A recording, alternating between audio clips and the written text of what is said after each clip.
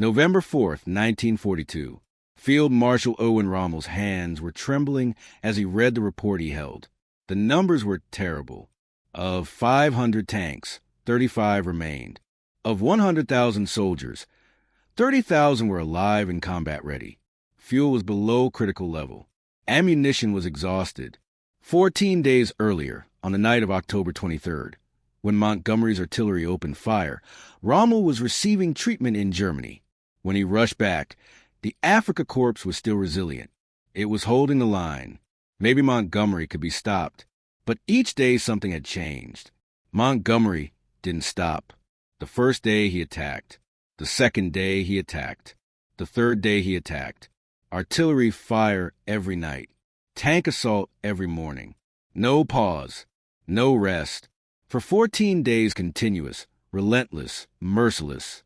And now, on the 14th day, the Afrika Korps was collapsing. The line had broken. Italian units had scattered. The last German reserves had been destroyed. Rommel had to make a decision. Stay here and be annihilated, or withdraw and perhaps save something. Hitler's order from Berlin was clear: no retreat. Every inch of ground will be defended. But Rommel saw the reality. Staying here meant the annihilation of the entire army. Rommel gave a withdrawal order. The Afrika Korps moved west. But this wasn't just a withdrawal. This was the end of the Desert Fox. The legend was ending. And the reason was clear. Montgomery's 14-day pressure had torn apart an army that seemed invincible. But how had it happened?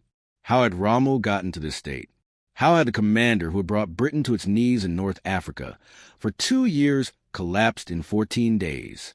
The answer extended to before Alamein, to Montgomery's methodical preparation, and to critical weaknesses Rommel hadn't seen. August 1942. From the outside, Rommel still looked strong. The Desert Fox nickname was still valid, but the reality was very different. The Afrika Korps was full of invisible cracks. The first and most critical problem was logistics. Rommel's army was 3,000 kilometers from Europe. Every tank, every shell, every drop of fuel had to come across the Mediterranean. The British Navy and Air Force were systematically destroying the supply route. In August, 40% of the supply ships sent to Rommel had been sunk. Libyan ports were under regular bombardment. Fires were breaking out in warehouses in Tobruk. Unloading operations in Tripoli were delayed. The result was simple but deadly. The Afrika Korps was hungry. Food was scarce. Water was limited. Fuel was coming in less every day. Tank shells were counted. Spare parts were almost non-existent. Rommel knew this. He was sending reports to Berlin. But the Eastern Front was priority. The war with Stalin was more important than Africa. The promise given to Rommel, coming soon. But it never came. The second problem was the Allies. Half of the Afrika Korps was Italian units, and the condition of the Italian units was at disaster level. Equipment was old and inadequate. Training was weak. Most importantly, morale had collapsed. Italian soldiers didn't know why they were fighting. Mussolini's African dreams were meaningless to them. They didn't want to die in the desert. They trusted Rommel, but this wasn't enough. The third problem was Rommel's own health. He was 50 years old.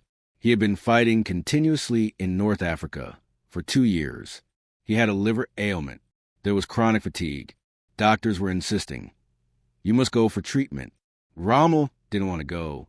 Leaving the front was frightening, but he was finally convinced. He would return to Germany in mid-October. What bad timing. The fourth and perhaps most important was a change in the enemy. In August, Montgomery took command of the British Eighth Army, and everything changed. Previous British commanders reacted to Rommel's tactics. They defended. When Rommel attacked, they withdrew. When Rommel withdrew, they tried to pursue. But Montgomery was different. Montgomery didn't react. He planned. He prepared. He planned to wait patiently and then strike at his own time. And most importantly, he had seen Rommel's weaknesses. Montgomery had understood that logistics was critical. He knew about Rommel's fuel shortage. He had noticed the weakness of Italian units, and he was making his plan accordingly. Before continuing the story, please hit the like button. It helps us reach more people with these forgotten stories. If you're new to this channel, subscribe and turn on notifications. Now let's get back to it. October 23rd, 1942, nighttime. A terrible noise tore through the silence of the Egyptian desert. The simultaneous fire of 1,000 guns. The artillery of the British Eighth Army was raining fire on German-Italian lines. Rommel was in Germany at that moment. He was receiving treatment. His deputy, General George Stumm, was managing command.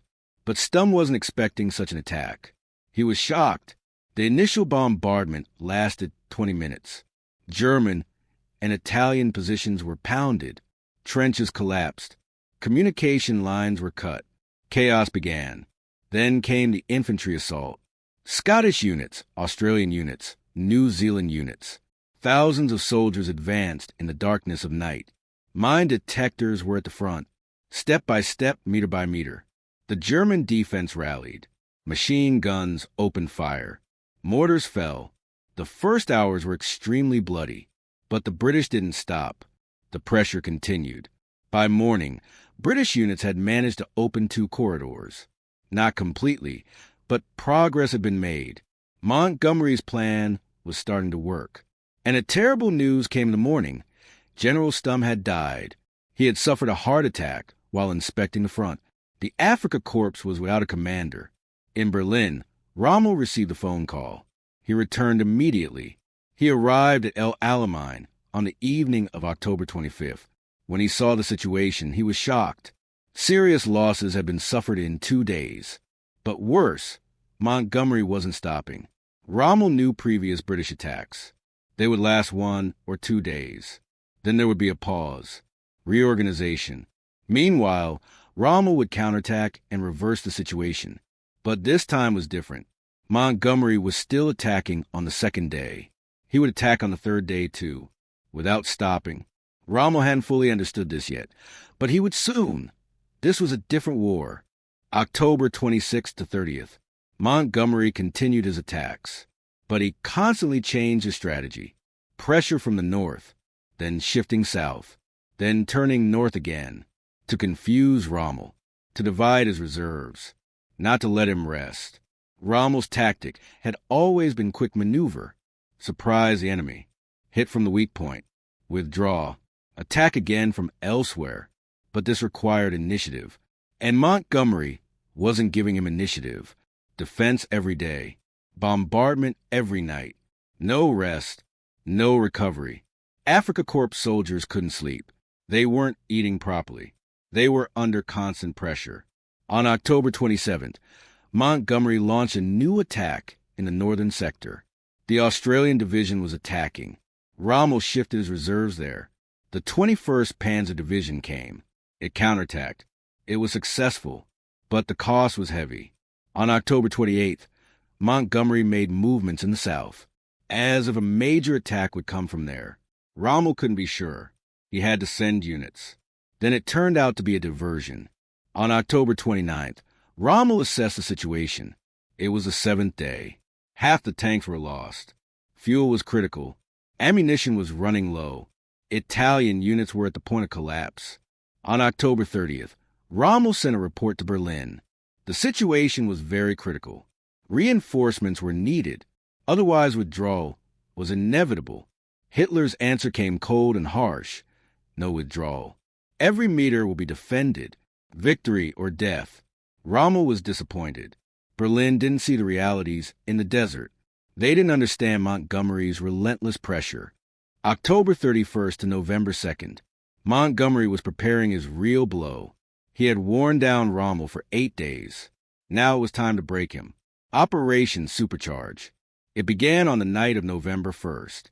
Heavy artillery fire, more intense than ever before. Then armored assault. Target, Tel El-Akaka Ridges, the heart of the German-Italian line. British tanks advanced. Tank battles began. Fierce, bloody, merciless. Both sides suffered heavy losses. But the critical difference was this. The British could bring new tanks.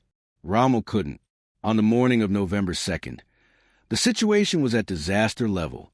The Italian Trieste Division had collapsed. A gap had opened. British tanks were passing through. The line couldn't hold. Rommel threw in his last reserve. It was a desperate move. The 21st Panzer, an RE division, went on the counteroffensive. 2 hours of tank battle. In the end, both divisions were almost destroyed. Now Rommel had nothing left. No reserves. No fuel. Ammunition was at critical level. The line was collapsing. Rommel gave the withdrawal order. November 2nd afternoon. Not orderly. Chaotic. The army was at the point of disintegration. But an order came from Berlin. It had Hitler's signature. Withdrawal canceled. Return to positions. Defend. Rommel was horrified. This was madness. The army would be destroyed. But it was Hitler's order. He stopped the withdrawal. November 3rd. Montgomery saw the situation. German lines were collapsing. He increased the pressure. Tank units were thrown forward. Rommel now realized he couldn't obey Hitler's order. On the morning of November 4th, on his own initiative, he gave the full withdrawal order, despite Hitler's order. For the first time in his career, he was defying him. 11 days of Montgomery's pressure had brought Rommel to this point. The legend had collapsed. November 4th to 7th. The Afrika Korps was fleeing west. No other word could be used. This wasn't an orderly withdrawal. It was panic, chaos, destruction. For 11 days, Montgomery's pressure had exhausted the army physically and psychologically. Soldiers hadn't slept properly for 10 days. They had lived under constant bombardment.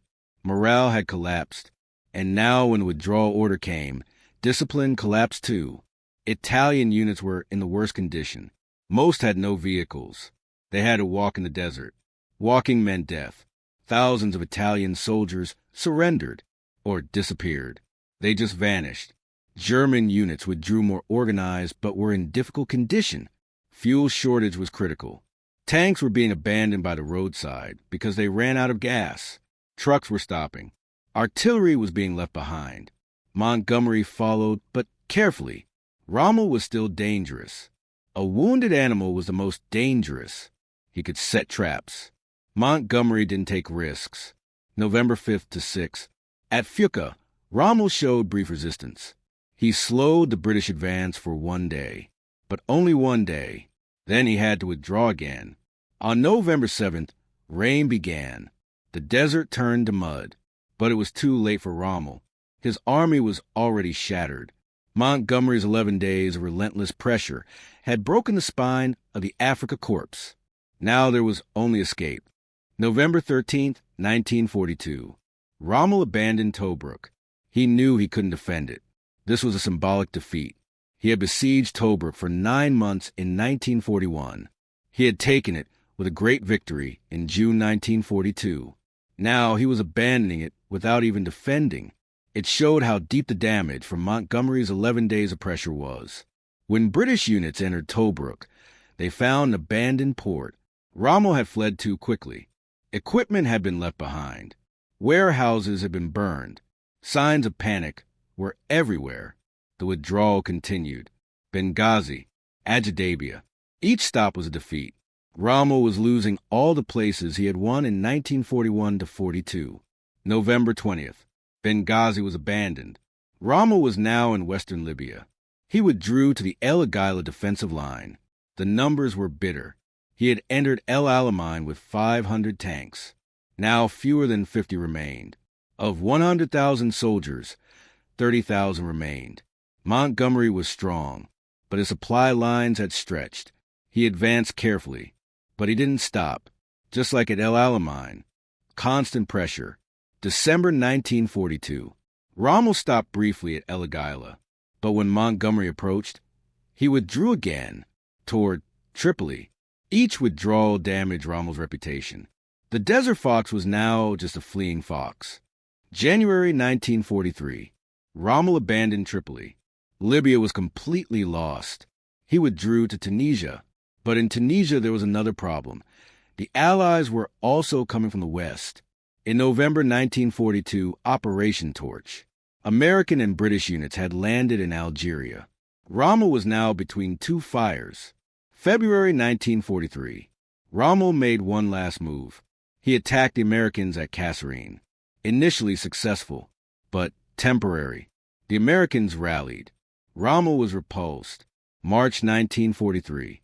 Montgomery reached the Tunisian border. Rommel made his last defense at the Marth line. He resisted for 1 week. Then the line broke. He withdrew again.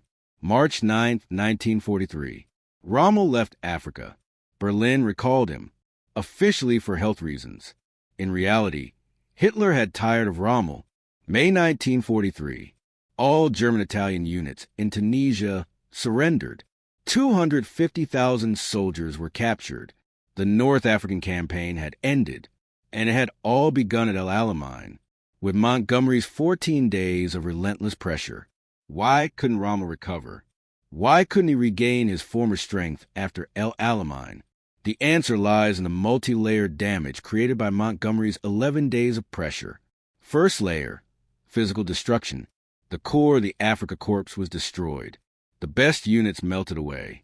The 21st Panzer, 15th Panzer, the units Rommel trusted most, were almost completely lost. Second layer, equipment loss. Dropping from 500 tanks to 50 wasn't a normal loss. This was destruction, and these losses couldn't be compensated. Germany's production was going to the Eastern Front. Third layer, psychological collapse. The aura of invincibility of the Afrika Korps disappeared. Rommel's magic was broken. Being under constant pressure for 11 days destroys the morale of even the strongest army. Fourth layer, logistical disaster. The already weak supply lines completely collapsed. Warehouses were abandoned during the withdrawal. Equipment was left behind. Rebuilding became impossible. Fifth layer, losing Hitler's trust. Rommel had withdrawn against the Führer's order. This was unforgivable. Support was cut off. Isolation began. Sixth layer, strategic trap. Operation Torch left Rommel between two fires. No maneuver space remained. Rommel's genius was quick maneuver in wide spaces. In Tunisia, this space didn't exist. But the most critical reason was this. Montgomery hadn't given Rommel a chance to recover. 11 days at El Alamein, then constant pursuit during the withdrawal, then constant pressure again in Tunisia. No rest, no breathing space. Rommel's entire career was based on a cycle of quick maneuver and recovery. Attack, withdraw, recover, attack again. But Montgomery broke this cycle. He didn't give a chance to recover. And when the cycle was broken, Rommel became just an ordinary general. Montgomery's El Alamein strategy became a turning point in military history. 11 days of constant pressure, never stopping, not letting the enemy breathe. Previous British commanders had done it differently. Attack, pause, reorganize. This gave Rommel a chance to recover. Rommel counterattacked during these intervals, reversing the situation. Montgomery did it differently. Constant pressure from the first day, every night, from different points, but never stopping. For 11 days, this exhausted Rommel. Physically, psychologically, logistically, in every way, Rommel's genius was based on quick maneuver. But Montgomery didn't give him this opportunity. He forced him to constant defense. Rommel lost initiative. When military historians study El Alamein, they emphasize 3 critical factors. First, logistics. Montgomery prepared for months. He stockpiled everything. Rommel was hungry. Montgomery knew this and used it. Second, patience. When the plan didn't work perfectly in the first days, Montgomery didn't panic. He tried alternative routes. He continued patiently. Third, continuity, the most important factor. 11 days of pressure, without stopping. This collapsed Rommel. After El Alamein, Churchill said, "Before El Alamein, we never had a victory. After El Alamein, we never had a defeat." Rommel wrote in his memoirs, "At El Alamein, I faced a different enemy. Montgomery didn't stop. He wasn't like previous commanders. And this difference brought my end." Montgomery's legacy was written at El Alamein, an example of modern attrition warfare, proof of the power of constant pressure. Rommel's legacy is more complex. He's still remembered as a military genius, but the El Alamein mistake is also remembered his neglect of logistics, his underestimation of Montgomery, his delay in defying Hitler, and most importantly, his inability to withstand Montgomery's relentless pressure for 14 days. These 14 days ended Rommel's career, destroyed the Afrika Korps, and ended the Axis presence in North Africa. The Battle of El Alamein showed that in modern warfare, genius is not enough. Logistics are essential. Patience is critical. And uninterrupted pressure can collapse even the most talented commander. Montgomery proved this. Rommel became its victim. If this story affected you, please hit the like button. Every like helps us reach more people with forgotten stories. Subscribe and don't forget to turn on notifications. Leave a comment right now and tell us where you're watching from. America, United Kingdom, Canada, or Australia. This community is spread all over the world, and every viewer here plays a role in ensuring history is not forgotten. Thank you for watching.